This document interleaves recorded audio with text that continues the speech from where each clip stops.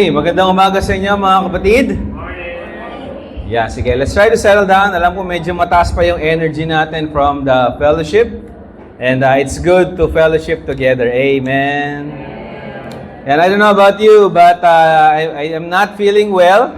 Sa mga pabago-bagong panahon, you know, uulan, iinit. So maybe some of us are under the, tawag sa ganun? Sabihin ko, under the radar. Some of us are under the radar, okay? Under the radar of fellowship, okay? It's okay. Let's stay healthy mga kapatid. We want to make sure na sa huling 4 na buwan ng taon na to ay excited tayo, masaya tayo, at healthy tayong lahat. Amen? You know, just recently, you know, our brother Deo passed away. Alam niyo naman yun, ano, it has been posted. Let's pray for the family. Let's also pray for ICOC Tarlac na naging pamilya na rin ni Kuya Deo. It's always good, no, to know na kahit na marami tayong battles and struggles, ang inaasahan talaga natin is yung buhay na walang hanggan. Di ba? Yun yung dahilan kung bakit tayo nandito. Why we are persevering, pursuing godliness and life na binigay sa atin ni God. So, ngayong umaga sa pagpapatuloy ng ating lesson, we'll talk about the cycle of blessings, sharing, and thanksgiving. Yan. Kanina, maraming salamat kay Kuya Romy kasi binigyan niya tayo ng konting background at input or info doon sa 2 Corinthians chapter 8. For some of us, matagal na tayong Christian sa church and narinig na natin to maraming beses, no? Itong idea of giving, especially yung chapter 8 and then chapter 9 ng Corinthians. But I do believe na as we grow older and we go back to scriptures, maraming lilitaw doon, depende sa estado ng puso natin, di ba? Sa situation na meron tayo, or even sa direksyon na gusto nating tahakin. So every time we read the scripture, every time we go back to the scripture, lagi siyang maibibigay sa ating wisdom or insight, or maybe this time, mas makaka-connect ka, di ba? Mas makaka-relate ka. Iba kapag ang scripture buhay na sa buhay mo. Hindi na siya idea lang. Hindi na siya concept lang. Right? So, before we pray, maikli lang to, bibilisan ko lang. So, kanina binanggit ni Romy yung idea sa 2 Corinthians chapter 8. Ang pinaka-background nito mga kapatid is during that time sa Israel, sa Jerusalem church, they were going through intense famine. Na even at that point, even sila, tsaka yung kalapit na Judea, yung region na yon, talagang devastated sila. People are impoverished, tapos matindi yung famine. Dagdagan mo pa ng intense persecution. Kasi nagsisimula pa lang yung church, di ba? Nagpipreach sila, kumalat sila sa Acts dahil sa persecution, pinatay si Stephen and all those things. So imagine mo yung combination ng wala kang makain, tapos yung mga tao galit sa'yo. Di ba? Nasa office ka, yung mga tao sa tingin sa'yo, tapos ikaw, pecha de peligro. Di ba? Papatulan mo siya di ba? Maiinis ka di ba? Wala akong pera, tapos sumampa ng ano sa akin. But no, just kidding aside, but imagine the combination of poverty and persecution. Either yung buhay mo, mawawala siya dahil sa matinding hirap at gutom, or mapipersecute ka at pwede kang patayin. Kaya naman, makikita natin, napakahalaga kay Paul yung ministry ng pagbibigay na to. Kung naalala nyo, no, doon sa Acts, di ba? Isa sa mga pinag-agrihan nila is, dahil nga pumapasok na yung mga Gentiles, isa sa mga pinag-agrihan nila is, they will not eat food sacrificed in idols, di ba? They will keep themselves from immorality and all those things. But also, yung ministry of caring for the poor and needy. And this time, yung main church na ang needy. So ngayon, yung mga kalapit na churches sa iba't ibang area, you know, sila ngayon yung may kakayahan magbigay. So kaya nga sabi ni Paul, we need to give and support the church. So I hope that you get that background kasi napakahalaga niya para mas ma-appreciate natin yung laging passage na binabasa natin kapag nagbibigay. So hina-highlight dito yung grace ni God sa Macedonian churches. Basically, yung Macedonia, hindi lang siya isang place, isa siyang region that encompasses yung church sa Philippi, Thessalonica, at saka sa Berea. Naalala niyo yung Berea, di ba, sa Acts, di ba? So ito yung area where Gentile churches were planted medyo may kakayahan sila. Diba? Medyo may pera sila. So, ito pala, itong area to, medyo mahirap sila. Sorry, baliktad. So, medyo mahirap sila, and yet they were overflowing with joy. So, mahirap, excited to give, ano yung nangyari? They were able to provide with rich generosity na meron sila. So, nagagamit natin yan, looking back and reflecting na kahit na mahirap, we can also give whatever we can. And then, as the first, ito naman yung mga Corinthians, ito yung nasa isip ko kanina, sorry. Yung Corinthians naman, meron silang desire to help, pero hindi lang sila may desire, meron silang kakayahan to help. Kasi medyo may kaya tong church na to. Okay? So ngayon si Paul, sabi niya, okay, kayo yung naunang may desire to help, last year pa lang naisip nyo na to, kailangan nyo gawin yung desire na yun, kailangan nyo i-complete. So, meron kang desire, meron kang compassion to help, dagdagan mo ng action, ano mangyayari? You will be a blessing to others. Di ba? Ang ganda. Tama naman, right? So, sabi nga ni Jesus, hindi mo pwedeng sabihin, keep well, keep warm, bahala ka na sa buhay mo. Di ba? Hindi man natin inaabot yung tulong or hindi tayo nag-i-extend ng help, then hindi mararamdaman nung tao na yon yung tulong na sinasabi natin. Hindi niya mararamdaman yung puso mo kasi naiwan lang siya sa salita.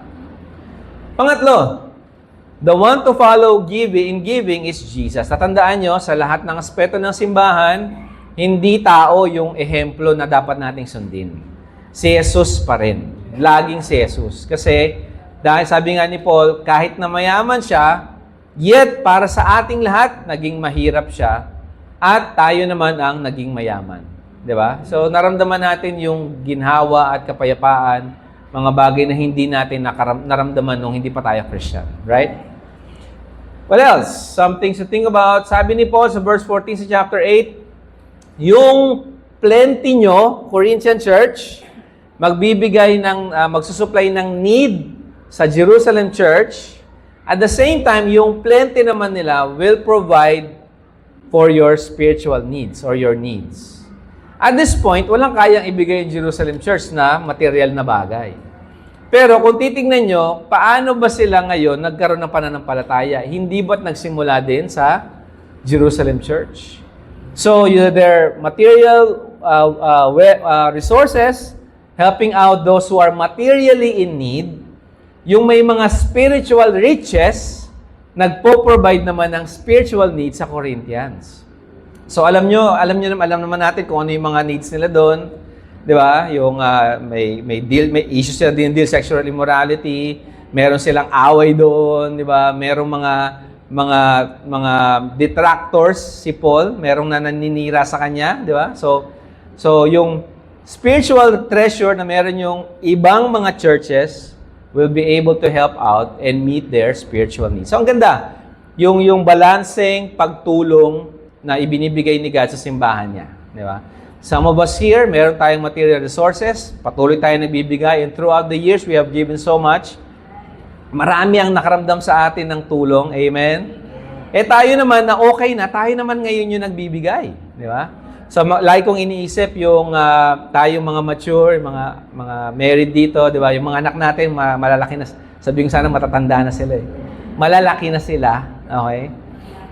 Pero remember, no, yung mga times na nag-invest tayo, di ba, nagko-contribute tayo para bumili ng chairs, di ba, lumipat sa fourth floor, gumastos ng extra para sa banquet and all those things.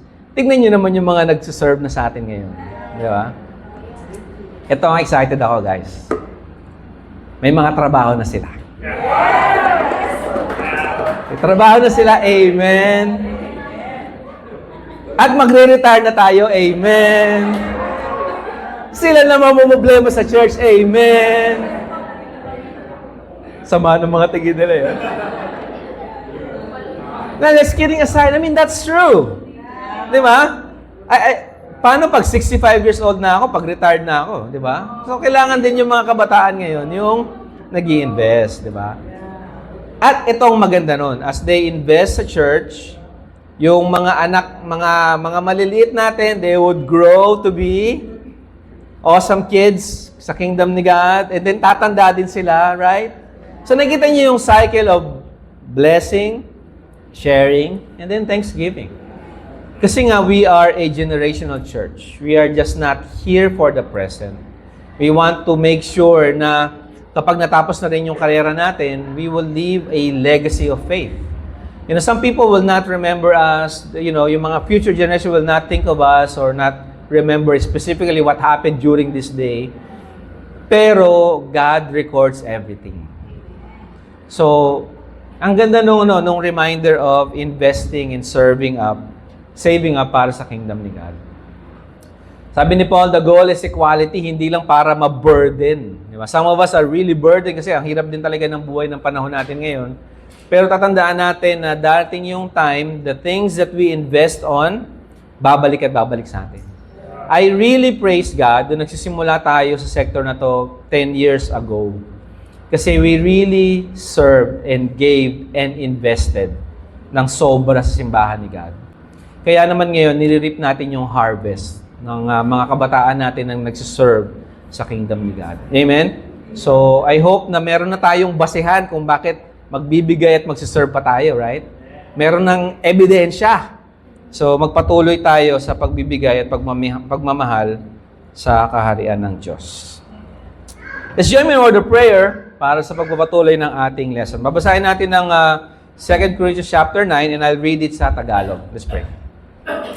Ama naming nasa langit, God, hayaan nyo, God, na pasalamatan namin kayo sa 20 taon ng pagpapala at pagmamahal at pagbibigay niyo sa amin, God.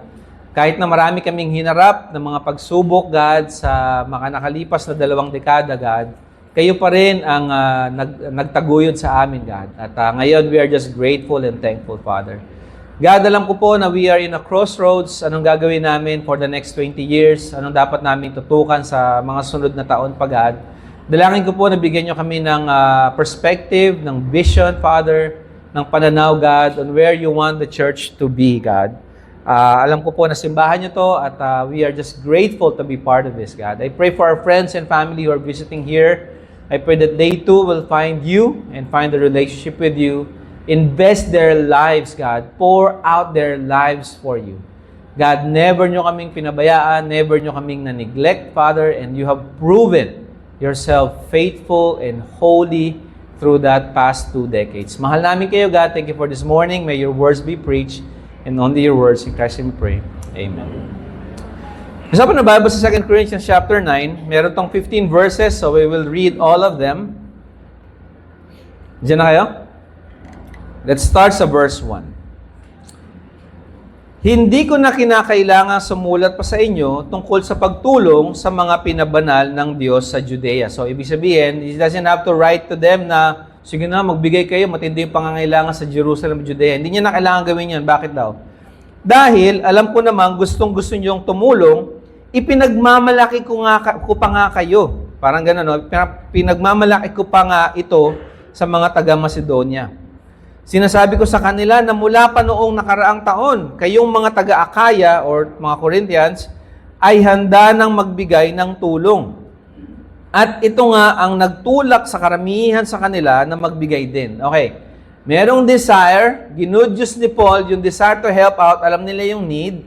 Nung narinig nila yung Achaean area, yung region, yung Corinthian church, na magbibigay, na-inspire sila. Na-inspire sila. Verse 3, kaya nga, pinauna ko riyan sina Tito para matiyak na handa na kayo sa inyong tulong gaya ng ipinagmalaki ko sa mga taga-Macedonia. Sa ganun, hindi nila masasabi na walang kwenta ang pagmamalaki namin tungkol sa inyo. Tama nga naman, di ba?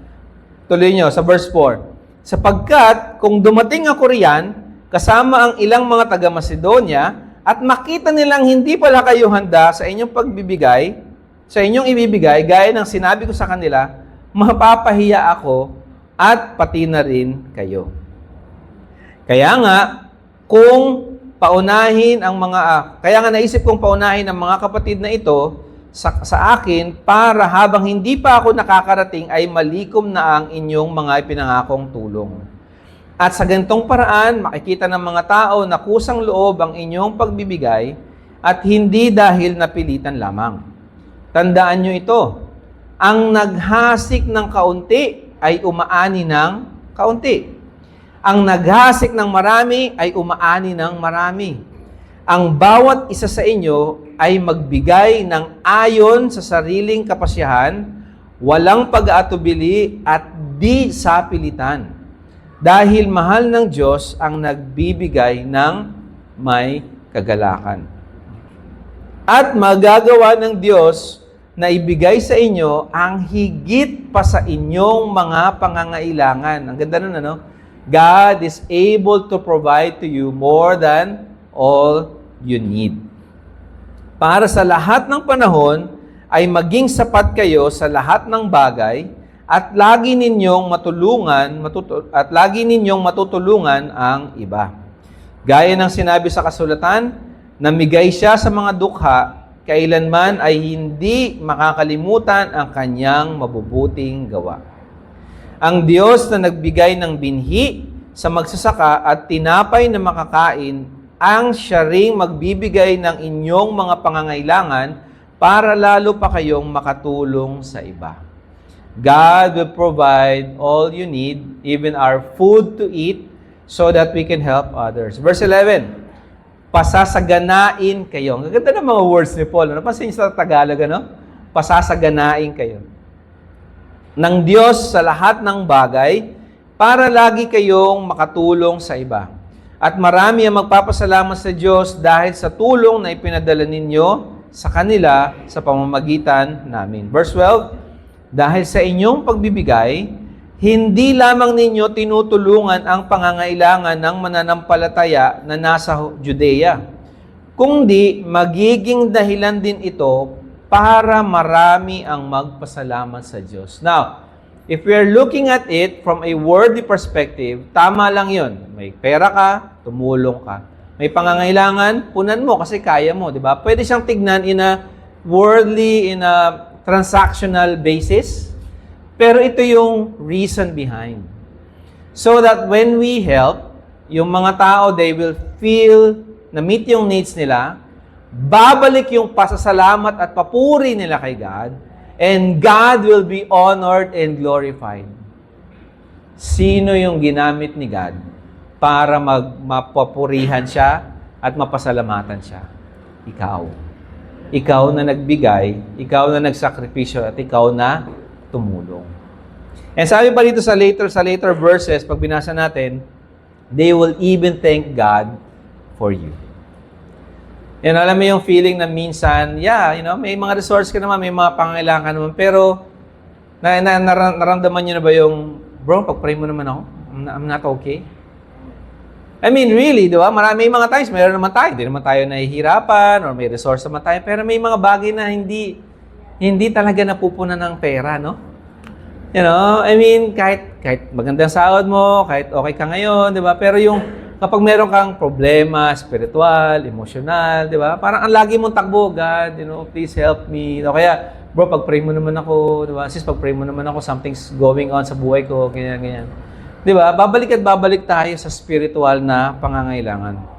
Sa verse 13, sapagkat pinatutunayan ninyo sa inyong pagtulong na sinusunod ninyo ang magandang balita tungkol kay Kristo na inyong pinaniniwalaan. At dahil sa pagtulong ninyo sa kanila, at sa iba pa, pupurihin nila ang Diyos. Verse 14, buong puso silang mananalangin para sa inyo dahil sa dakilang biyaya ng Diyos na ipinamalas niya sa inyo. Pasalamatan natin ang Diyos sa kanyang kaloob na hindi natin kayang ipaliwanag. Di ba? And then your prayer was answered. Di ba? Yung concern mo na meet. Di ba? Yung need mo na meet. Di ba? You're just full of thanksgiving kay God. You're just lifting God and honoring God. Last week, to be honest, I was going through some emotional struggles. Maraming mga issue na kailangan asikasuhin, mga kailangan isipin sa simbahan, sa sarili ko personally and all that. Sabi ko lang kay God, God, encourage mo naman ako. Yun lang. Sabi ko, God, encourage mo naman ako. Hindi ko sinabi kung paano, hindi ko alam kung paano. I'm just struggling.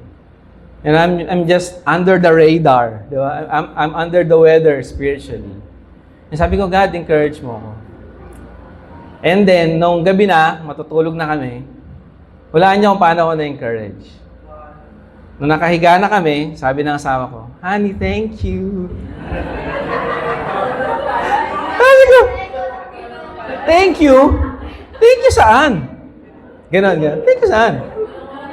Sabi niya, kasi hindi ka nainis sa akin today. Ang dami kong utos sa'yo. Ang dami kong utos sa'yo, pero hindi ka nainis. Ikaw talaga, God. Ang galing mo mang-encourage. So, na-encourage na ako, di ba? So, thank you. At least that's awesome. And then a few days later, this is something unimaginable. Alam niyo naman, I'll be sharing some things mamaya about our church venue. Alam niyo naman na mayroon tayong pangangailangan dito, di ba? Di ba? Nakarinig niyo yung echo, di ba? Maingay and all that. So, may nasa akong brother. Sabi ko, bro, pwede mong tignan yung venue namin para lang kung anong pwedeng gawin. At least, mapaghandaan namin, ganyan. Hindi ko sabi sa kanya, wala tayong pera. Papakanvas lang ako di ba? I mean, wala nang masama. Kailangan natin maayos Pag nagsigawan na yung mga youth, kawawa yung mga older generation. So, tinignan niya, and then after niya tignan yung venue, sige bro, balikan natin ulit, magpapadala ko ng supplier para makita natin magkano talaga abutin. I was just praying in this place. Sabi ko, God, gamitin niyo tong lugar na to help out, to bless the church, to allow the church to reach out for more, to be a place of worship and all those things. So, hindi na, inahan ko na after a few days, wala na, umuwi na ako, nasikaso ko na, after a few days, somebody gave 100,000 to start the renovation of the church.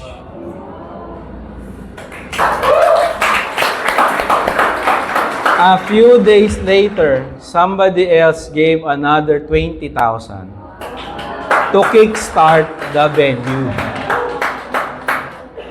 Sabi ko, I don't know kung hindi pa ako ma-encourage dito sa tindi ng ginawa ni God. Kaya nga sabi sa scripture, ang lahat ng ito ay nanggaling sa Diyos na nagbibigay sa atin ng mga bagay na hindi natin kayang ipaliwanag.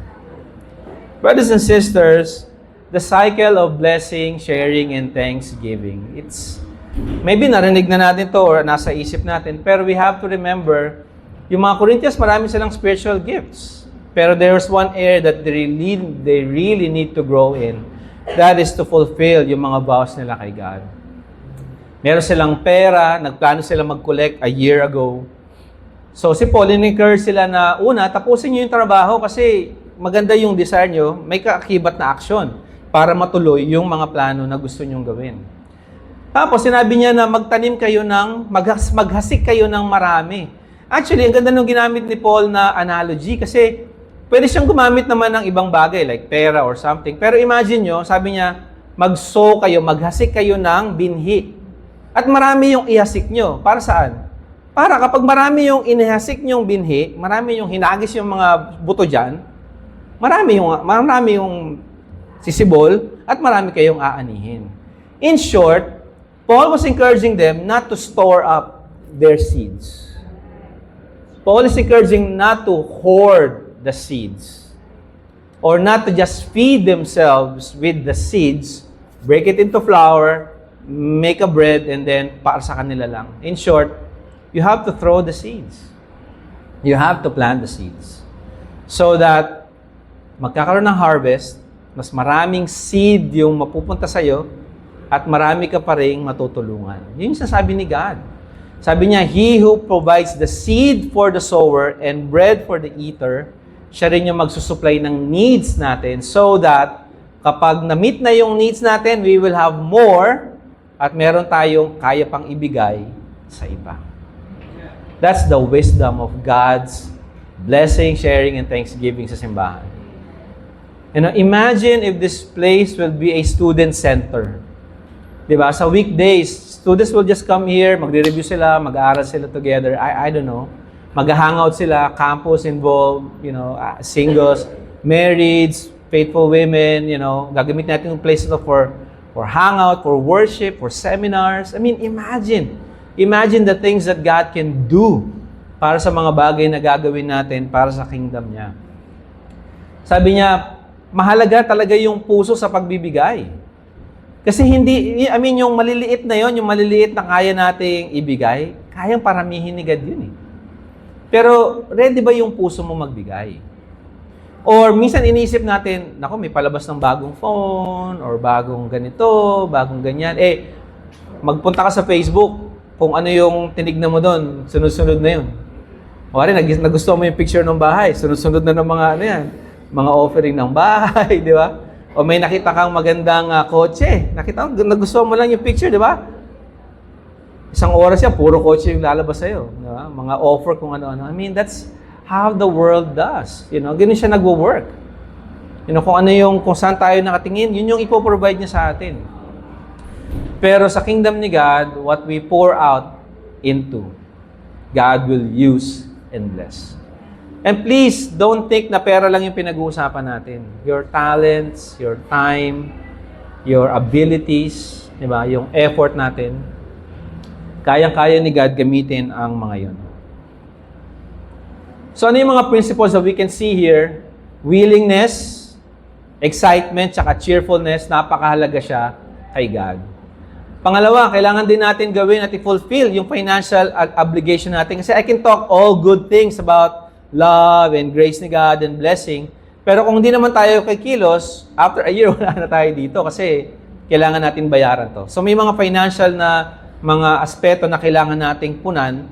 Pero kung tama ang puso natin, hindi lang natin iisipin yung pera. Isipin natin yung gagawin ni God through our generous offerings. Pangatlo, those we may help someday will help us in our times of need.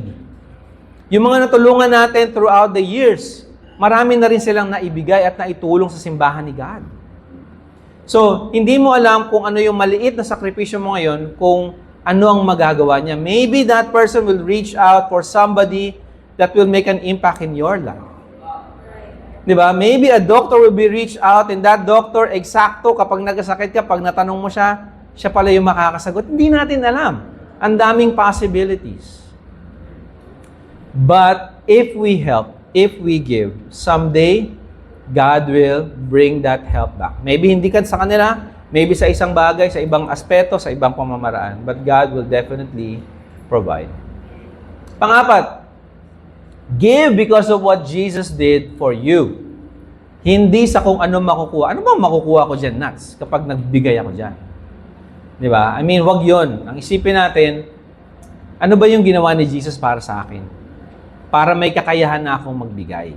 Mas maganda yun kaysa kung ano yung makukuha natin. Again, that's how the world works. Sige bibigay ko to. Ano ba makukuha ko dyan? That's how idolatry works nung panahon nila. Meron sila mga Diyos-Diyosan na sasambahin at merong kondisyon or may transaction. Sasambahin kita, pour out ko yung effort ko sa'yo, hindi ko to gagawin kasi sabi mo wag kong gawin, pero kailangan mo tong gawin sa akin. Ganun siya nagwo-work during that time. That's not how God works in our lives. Amen? So, ano yung cycle? Gaya ng Corinth, in-enable tayo ni God at binless niya tayo with our capabilities, talents, resources, and all those things. We are to use them to build God's kingdom and help others, supplying the needs of others with our plenty. Like a farmer, we share our resources like one who sows, utilize the gift and resources generously, trusting God will use our seeds to produce a harvest. Naniniwala tayo na kung paano binibless ni God yung farmer, God will bless our efforts and will multiply it so we can help other people. Our giving then becomes an opportunity for others to thank God, appreciate our faith and example, and thank God for us. Galing, no? Ganun yung cycle. Meron ka, magbigay ka, do it cheerfully, give your heart for it, and then, people will appreciate the help, they will benefit from the help, they will thank God, God will provide the resources that you need, and God will multiply it and will enable you to do more. I'm not talking about prosperity gospel, mga kapatid. Naintindihan niya mga kapatid? This is not prosperity gospel. It's faith in God, in our ability to give, na binigay din niya sa atin. Kasi naniniwala tayo na God will use whatever we give from our hearts to multiply it and glorify His name. God increases our ability to give so we continually bless others and glorify God. The cycle always goes back to God. Ang sarap lang na isipin, nakapartinong cycle na yun, andun ka. Whether ikaw yung mangangailangan, kung ikaw yung mangangailangan at mararamdaman mo yung blessing sa cycle na yun, pasalamatan mo si God. Pasalamatan mo rin yung mga kapatid na tumulong at nagbigay. Maybe hindi mo na alam kung sino sa kanila kasi from our benevolence, pinupull natin yon, right? And then binibigay natin sa mga nangangailangan. Pero if you are the one who will receive the help, thank God. Maging humble ka, maging appreciative ka sa ginawa ni God sa'yo. I-lift up mo yung mga taong nagbigay, di ba? Kung ikaw naman yung nagbigay, di ba? I-appreciate mo na meron kang opportunity to give. Because everything that we give kay God, kaya niya suklian more than whatever we give. Eh, napatunayan ko yung sa buhay ko. And I'm sure alam niyo, napatunayan niyo rin yun. Wala pa tayong ibinigay kay God na hindi niya na ibalik sa atin ng sobra. Amen? Awesome. So, if you are... some thoughts for reflection before we close out. Mayroon ba tayong I'll be sharing a few things later on. What needs to change in our attitude so that we see financial giving as a privilege to share with those in need? Ano yung kailangan magbago sa pananaw natin sa pagbibigay para makita natin na isa pala tong malaking pribilehiyo, hindi responsibilidad, hindi duty or trabaho lang ng isang Kristiyano. Pangalawa, how can we build the church further so that we can address the growing needs of our ministry?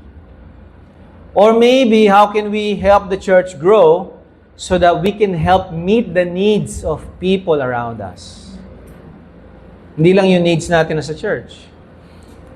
Can others see authentic Christianity in how you give? Nakikita ba ng mga tao sa paligid mo yung authenticity ng Christianity mo by how you give? How you give your time, your efforts sa trabaho mo, sa school mo, is it visible for people na nakakakita sa'yo at nakakaalam na Kristiyano ka? Will they agree that you are a Christian? Can giving also make an impact to those outside the church? Pwede bang maka-impact to sa mga nasa labas sa church? In what way? So, these are some things to think about throughout the week. Di ba? Pag-isipan at pag-pray natin. Okay na? Picturean nyo na? Okay. Alam nyo, we don't know what happened to the giving. Wala tayong historical. I was researching, I was trying to find out, meron bang early church father, kinuwento nila yung nangyari after na maibigay yung pera sa Jerusalem? Actually, wala tayong record. Wala tayong clear picture of what happened.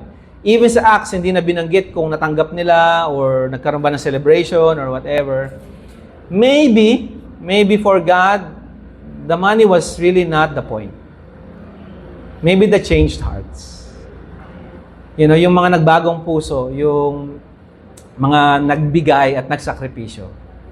We have good reason to think na naibigay talaga yung pera. Bakit? Kasi kung naalala nyo sa Corinthians, merong mga detractor si Paul, mga nakikriticize sa kanya. Imagine nyo kung hindi niya naibigay yung maraming pera na kinolektan nila at naging ghost contribution. Imagine, I'm really serious. If they lost the money, yung mga detractors niya, titirahin si Paul dyan lalo. Kita mo na.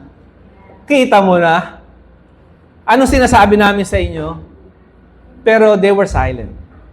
Walang criticism or any comments from historical records about the failure to give. So, we have good reason to believe na natanggap niya yun, natanggap ng Jerusalem Church yun at na-meet yung needs nila.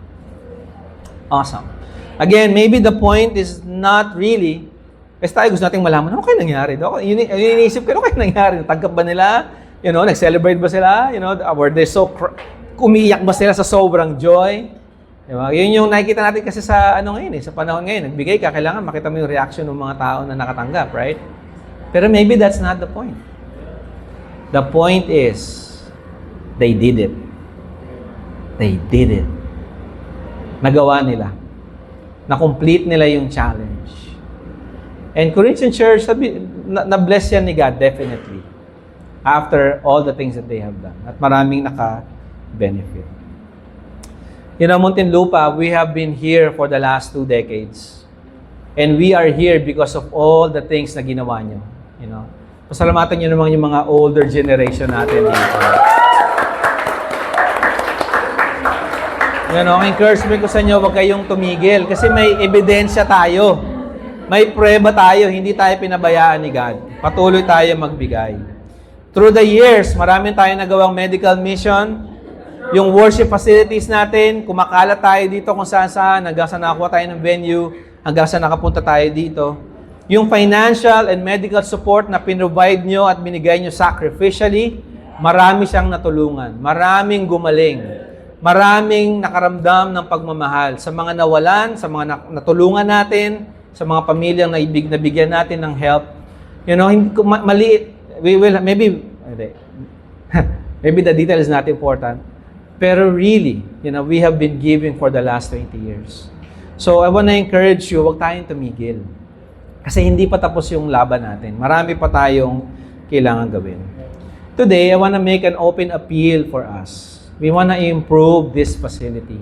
This is not just for aesthetics, para pagpasok dito, maganda, you know, I mean, hindi yun yung point. Ang point is, we want a worship area to be conducive, to be a place where students will get in, for families to be reconciled, for people to be reached out. We want a place where God will be honored and glorified.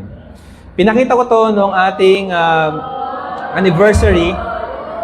So I want to thank si Mike Corpus, architect siya from QC, church leader ng QC North. You know, medyo nabrasuhan natin ng konti. Hindi, joke lang. So sabi ko, bro, you know, can you give us an idea of what the church can become? So pinakita niya to, ito yung I'll be showing some slides here mga kapatid. So ito yung entrance natin. So imagine kung dyan na yung entrance sa harap. Ito yung current setup natin ngayon. Andito yung stage, andyan yung chairs, at yun yung hallway. Ito yung proposed na magiging setup ng simbahan natin. The stage will be here. The chairs will be here. Merong room, yung dalawang room na yon, may room dito sa isa. Merong pantry, merong yung CR natin, and then yung ating hallway para sa exit. So that's the proposed layout. Next, Next, ito yung ating magiging reception and then lobby. Of course, pwede pa nating improve yan. Library, di ba? Pwede kayo mag-study dyan, mag-spend time dyan and all that. And then ito yung magiging look from the new stage. Di ba? Ito yung magiging chairs natin. Yan yung stage. Di ba? May dalawang LED malaking TV. Okay, next. Ito yung different perspective from different angles kung saan tayo pwedeng umupo. Di ba? Di ba? Ang ganda niya, no? Mas conducive siya. And then we're also, ito yung pinaka-priority natin ngayon. Ito yung tinanong ko kay Not sa LP, yung soundproofing. So, na-check up na nila. Nung nakaraan, meron ng tubingin. So, inaantay ko na lang yung quotation. So, kung bumangga yung ating current na money sa quotation, di ba, pag-usapan namin sa core, then baka in this month or early next month, meron na tayong soundproofing. So, pag-pray natin, mga kapatid. That's God. That's God. Okay, so that's the ceiling with soundproofing. Maybe sa mga walls maglalagay din tayo para yung talbog ng sound mas ma-minimize. So ating mga worship leaders, diyan na sila, magkakaroon sila ng place, di ba? Magkakaroon sila ng area dito, that will be their home. Yung ating tech, sound and tech, magkakaroon sila ng sarili na lang pwesto. Magkakaroon tayo ng tech booth. Diba? Yun, nasa doon. So, di ba? Amen. And then, ito yung picture ng ating magiging pantry. Pantry, of course, ano lang to artist rendition pa lang siya, okay? Huwag niyo isipin na yan na talaga yan. Marami pang pwede magbago dyan. And then, imagine nyo nakita nyo yung room na yon. Yung pader na yun, ito yun. Ito yung pader na yun. Magkakaroon ng pinto dito at pwede yung sa teens, sa pre-teens. Di ba? Lahat na maingay dito. Di ba? So, some updates. Imagine, yan, nabanggit ko na to kanina. Maraming pwedeng gawin sa venue na to. Some updates. As of today, yan na, nakapag-costing na tayo, na-inspect na, naghintay na lang tayo ng quotation. May approval na ng may-ari, initial approval, okay? Babalik siya ng October, mag-uusap kami, titingnan niya rin yung pwedeng mangyari, and then we will get that final approval. Pero yung phase 1, yung ating soundproofing, whether magbago tayo agad or 5 years from now, gagawin natin yung soundproofing kasi crucial talaga siya para ma-minimize yung ingay. And then like I've said, we already have 120,000 to kickstart the project. And to God be the glory. So what can we do? Number 1, pray for our hearts, our plans. Pray for the plans of the church. Pangalawa, be patient with the process kasi it will take time. Baka dumating yung point na hindi mo tayo mag-meet para maayos to ng maayos. And then mag-opening tayo dito and all that. So let's pray. Be patient with the process. And then pangatlo, decide to contribute. Sabi nga nung scripture, mag-agree kayo whatever you should give. Either talent yan, time, material, financial support, whatever it is, decide to give. Hindi dahil napilitan kayo or may nanakot sa inyo, kung hindi out of a cheerful heart. Amen? So mga kapatid, sa ICOC Muntinlupa, God can do so much when we give ourselves wholly to the Lord, and to God be the glory. Let's close in prayer, mga kapatid. Ama namin na sa langit, God, tinataas namin kayo ngayong umagang ito. God, tunay nga na kayo ay buhay. Yung mga bagay na hinihingi namin, ibibigay mo sa mga pamamaraan at pagkakataon na hindi namin maiisip, Father. Na ang tanging sasabihin lang namin ay papuri sa inyo, Panginoon. Kayo lang ang tunay na Diyos na buhay na gumawa ng mga ito. God, hayaan mo mabuksan ang aming puso at aming mga pananaw. God, bigyan mo kami ng mga kamangha-manghang mga bagay, God, nakakapitan namin dahil ito ay galing sa inyo, God. Mga kaluluwang maliligtas, God. Mga pamilyang marireunite, Father.